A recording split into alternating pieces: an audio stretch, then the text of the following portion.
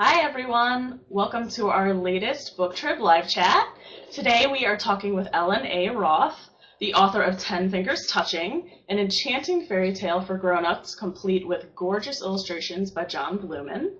I just want to say thank you so much for joining us today, Ellen. We are so thrilled to have you here to talk about your new book. Thank you, Amanda. I'm so grateful to BookTrib for this wonderful opportunity.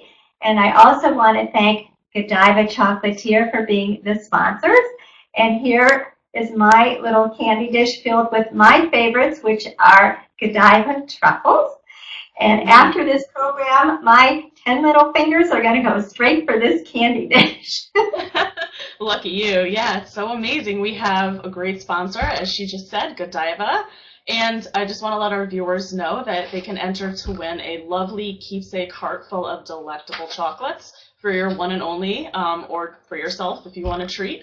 So stop by after the chat, stop by BookTrib and enter to win. So Ellen, before we begin the questions from our viewers, can you tell us a little bit more about 10 Fingers Touching? My book is a romantic escape. It's a love story between the master of the forest and a beautiful and intelligent maiden. And it's their relationship set against the backdrop of the epic battle between good and evil. And what is at stake is the future of innocence and the fate of the kingdom. Fantastic. Now we have a question from Bridget, and she says, can you explain why you chose 10 Fingers Touching as the title? What's the significance or story behind that? The book begins with a poem, which is the prologue, and it ends with an elaboration of that poem, which is the epilogue.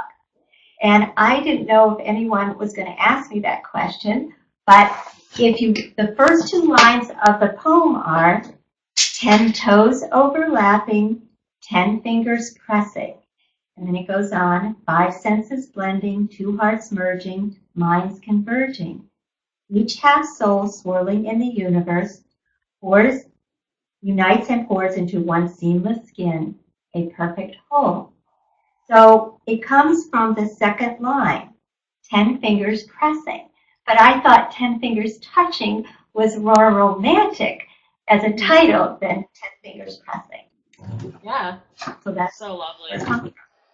Thank you for reading that. Now, we know that John Bloomin is the illustrator, so can you tell us a little bit, how did you find John Bloomin? John is a master illustrator, and I went to the Pittsburgh Society of Illustrators, and I started clicking on all the names.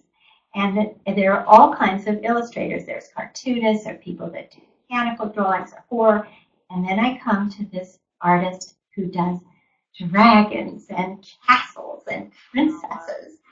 And I said, oh, this is my guy. So I immediately went to his website, and while his website was up on my screen, I called him. I explained, I've just written this fairy tale. It takes place in the Middle Ages. I love your work. Would you meet with me? And he said, sure. Oh, that's great. Now, I was wondering, did he create, was there ever something he created, an illustration that inspired you to maybe add more to a line in the book or to the story? Did you ever have a moment like that?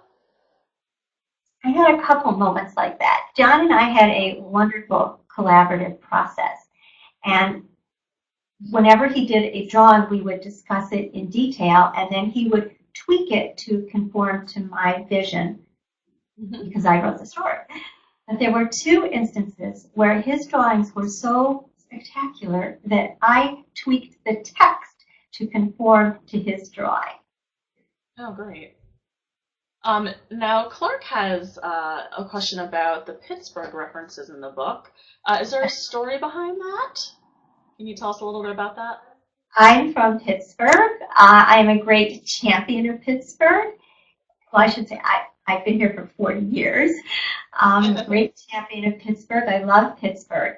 And I wove in these Pittsburgh references to enable Pittsburghers to have a more special connection to the book. It's kind of like inside jokes for Pittsburghers. They will get it. Mm-hmm. Yeah, I loved all the references. It was great to see that. A little hometown pride. Now, Clark has a question. He says, can you talk a little bit about Martek and Mariana? Are they based on people you know in your life? No, Martek and Mariana are both completely imaginary characters. Martek is brave and strong. He's the master of the forest, and his special skills enable him to talk and communicate with animals. And he also learns to fly with using wings that his guide has fashioned for him, and the golden eagles teach him how to fly. Mm-hmm. Mariana is a beautiful maiden and the most intelligent young woman in her village. Her father was a retired school teacher. He taught her to read and write and about mathematics and astronomy and music and flora and fauna. And because she was known that she was so well educated, she was brought to the court to be the governess to the young, impetuous princess. Right. Now, Rosie is my favorite character. I think she's the classic headstrong princess. What does Rosie bring to the story that the other characters might not? Well, she is the embodiment of innocence. Much of the story revolves around the preservation of innocence, and right. She is the keeper of the flame of innocence. But she is quite a mischievous little girl. Mm-hmm. Bren wants to know: is there any particular place that you drew inspiration from when writing this book? Was it fairy tales you've read in the past? Was it maybe a TV show or a movie?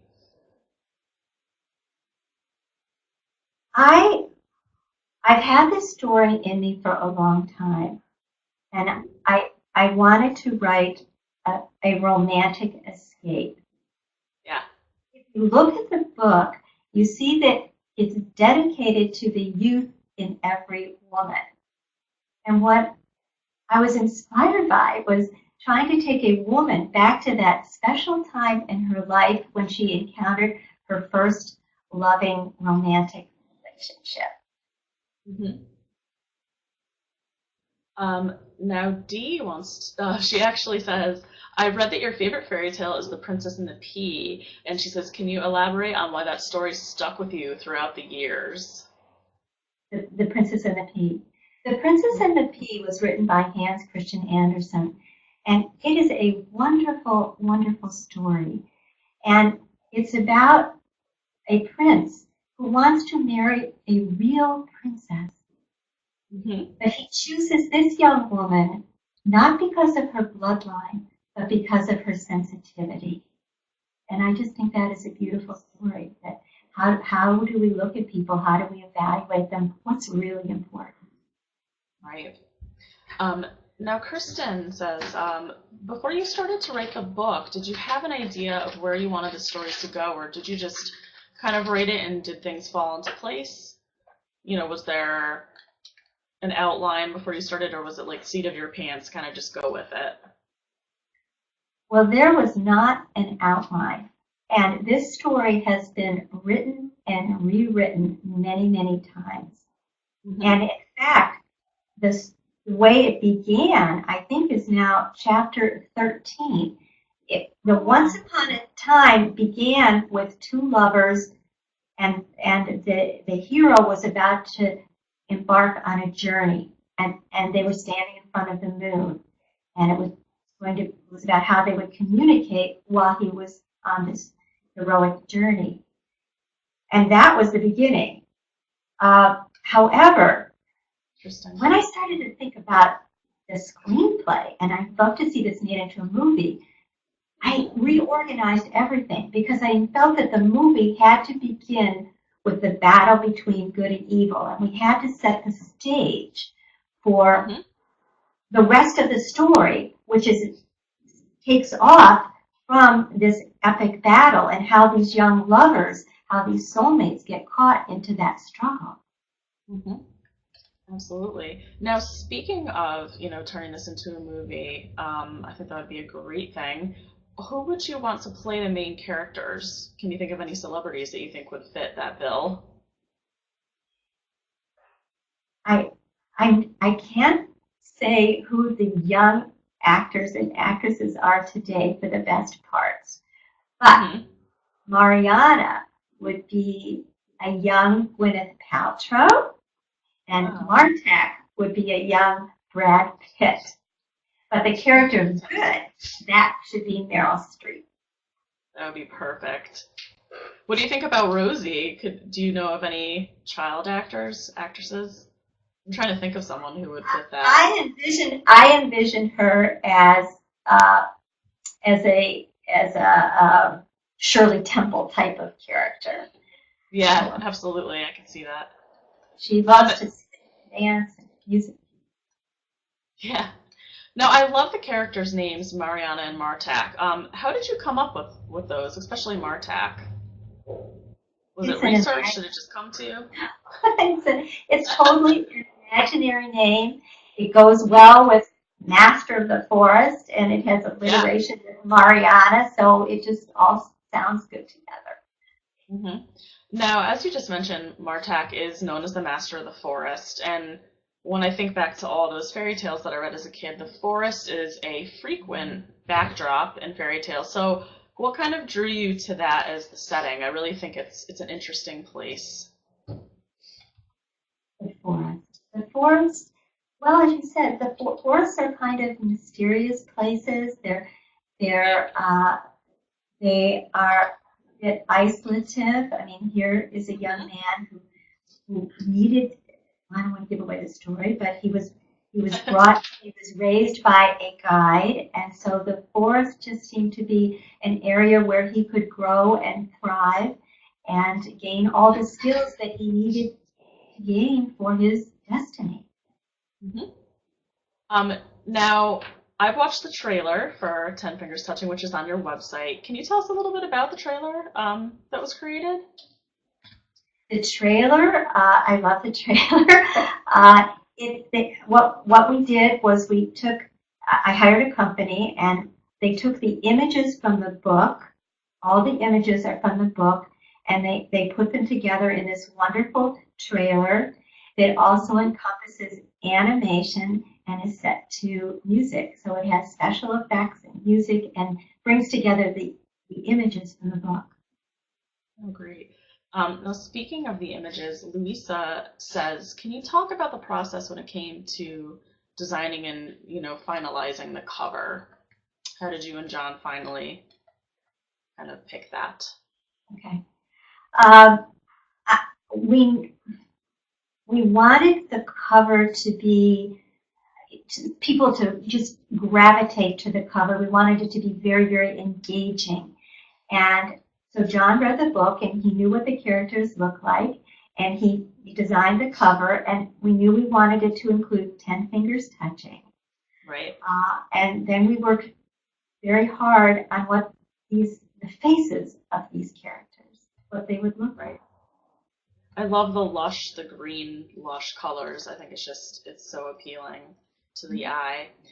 Now, how long did it take you to finish Ten Fingers Touching? Billy wants to know. Well, Billy, I started this book a long time ago, but I never had the time to write the story that I really wanted to tell because at the same time I was growing my company and I have a business. Right. And then, so with this, we're talking about going back to the 1990s.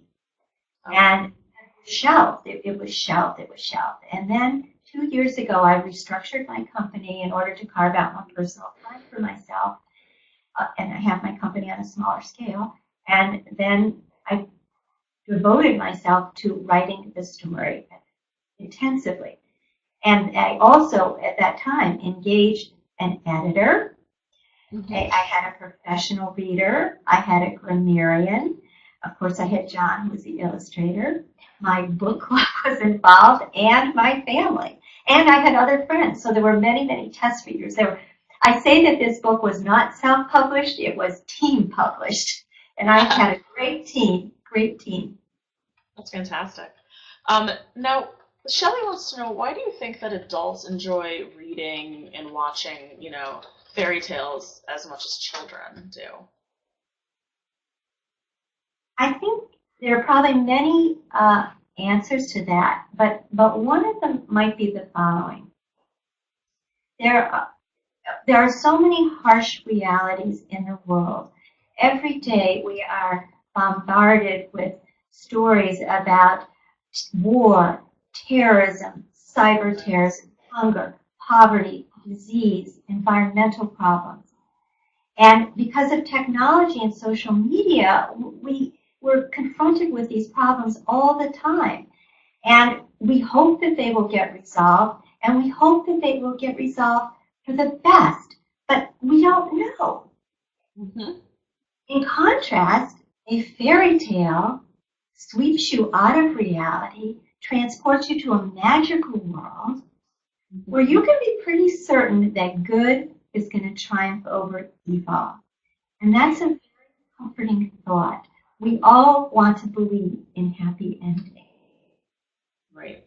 Now, a happy ending might be part of this answer, but Emily wants to know, what are 3 elements that every fairy tale needs to be successful? That's a great question. 3 elements for every fairy tale to be successful. Well, I think you need engaging characters. Mm-hmm.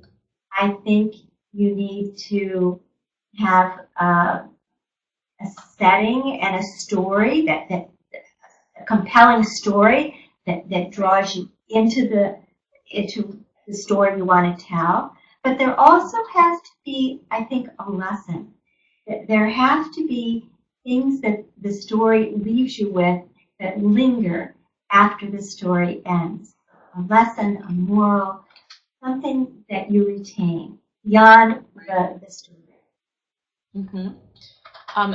Jessica wants to know, is there a message that you want readers to take away from reading Ten Fingers Touching?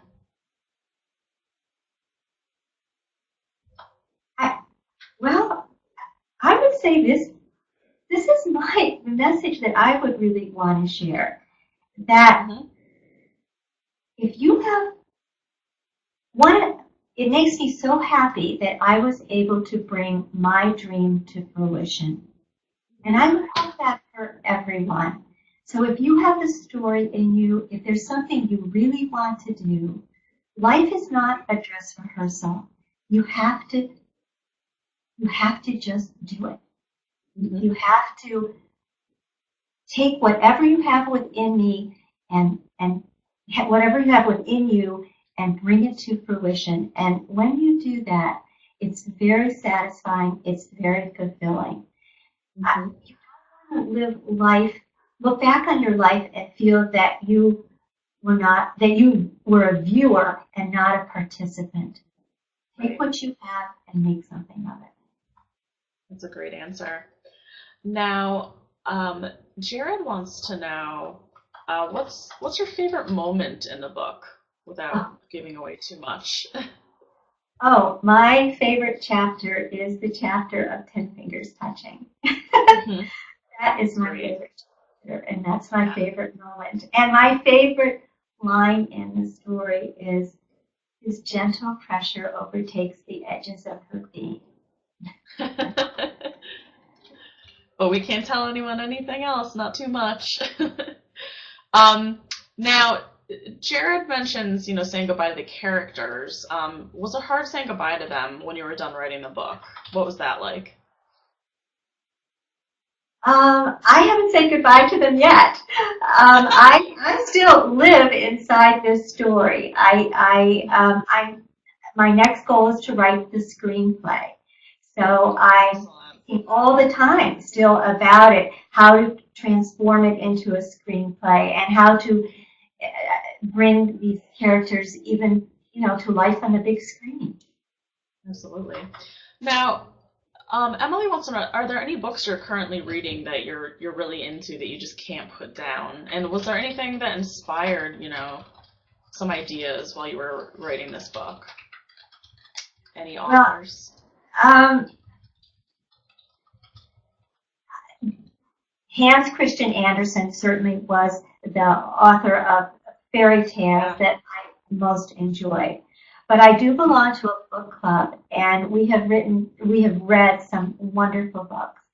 And one of my favorites is called The Shadow of the Wind. The author is Carlos Zafón. I love that book. Another book that we read that I really enjoyed was something like The 100-Year Man, who jumped out the window and disappeared. Another book was called The Madonnas of Leningrad. And I'll just give you one more, if I can get the title right. It was something like the Guernsey Literary Potato Peel Society. That was awesome. That's amazing. I love that. Great title. Now, Bren wants to know, did you attend any writers' conferences or workshops while you were writing this book? I know sometimes the writing process can be a solitary one. Did you, reach out to other writers, or did you really kind of sit down and do this, by yourself? I did not get involved with any kind of a writer's group. But I do agree that writing is an immersion, and now I certainly understand why people go to the Cape Cod to write the great American novel, so that you can immerse yourself. Dee wants to know, we know that you want to work on a screenplay. Will there be a book follow-up to Ten Fingers Touching? Do you have any ideas about, a sequel? At the moment, I don't have a sequel for Ten Fingers Touching in my head. But there are two other things that I would like to write. One is a fairy tale for children. I mean, this is a fairy tale for adults. I have an idea. I won't even say it's a fairy tale. It's a story for children, a storybook for children. I have a story in my head for children. And at some point, I might like to write something where the main character revolves around my mother's personality. Oh, that's great. Do you have any title ideas, or is it all just kind of a new thing that you're still thinking through? I am thinking both of these through, but they're every day. That's exciting. We have a question from Rochelle. She says, your book has a certain depth to it, and she says you could see it even in the illustrations that are so beautiful, partnering with the beautiful fairy tale. And she says, within this romantic book, is there another element or another message? Was there another layer of this story that is significant for the reader to know? We kind of asked the message, but is there any layers? I'm sure there's many. That's a great question. My fairy tale is multi-layered. And you can read it for the romantic escape. You can read it for mystery. You can read it for adventure. But it might also challenge you to think about good and evil, to think about the interaction of love and fate, to think about your concept of soulmates, or what are your thoughts about bravery, courage, and loyalty? And most of all, do you think that true love is the most powerful weapon of all? Yeah. There's a lot to think about beyond just the story itself. Right. Just beyond the happy ever after. Exactly. Speaking of the forces of good and evil, how are they portrayed in the illustrations? Can you tell us a little bit about that? Well, good is breaks through the heavens in a white gown, chariot driven by 4 white-winged horses with long tails and flowing manes, and she has white crystals dazzling behind her. So we clearly know what good looks like, but there is no picture of evil, because evil can be anywhere. Evil can be anything. Evil is not to be trusted. Right. I love that part of the book. He's very tricky. Evil transforms all the time. Right. Kathy just popped a question up here. What she says, when you say it's a tale for women of all ages, is it also suitable for young adults? So I guess, teenage age. Well, I have estimated age 15 and up. Mm-hmm. I mean, it has adult content in it, but it is not overly graphic in any way. Right. So I think it's appropriate for perhaps age 15 and up. Yeah, absolutely. Jessica has an interesting question. She says, if you had to do it all over again, would you change anything in 10 Fingers Touching? Interesting. I would, and I think when I write the screenplay, I will. In the book, there's Evil's chief lieutenant is the Shadow Maker. Okay? Mm-hmm. Shadow Maker is referred to as a he. And I think in the movie, the Shadow Maker should be a woman. And I think I'm thinking about that. Yeah. Why do you think it should be a woman? Any reason in particular? Well, I think she should be having an affair with Evil. That's perfect. I think they are very wicked. They're very wicked, and they could be even more wicked if they were a couple. Yeah, I love that. Do you have any plans for Valentine's Day? This is from Billy. I Eating chocolate. I'm definitely going to have chocolates. I'm assuming that my husband will buy me more chocolates or bring flowers. I'm certain he will do something romantic because, like the hero in my book, he is the one that has shown me the joy that true love brings. Oh, that's so nice.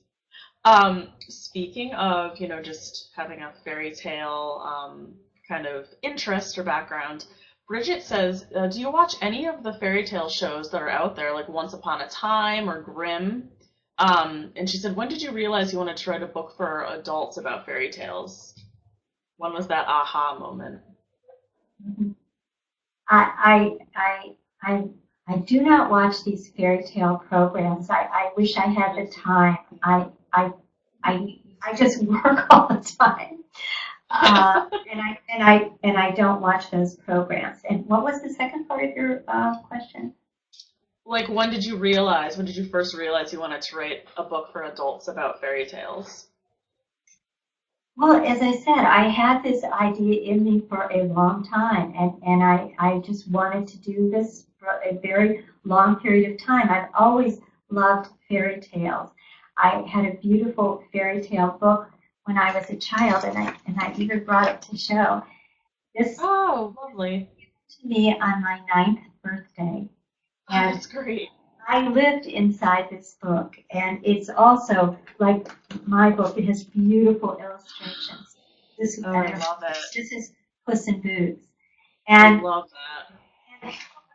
So all my life, I just wondered, well, could I do something like this? And then as an adult, I just thought, well, maybe I could write a fairy tale for adults, not for children. Mm-hmm.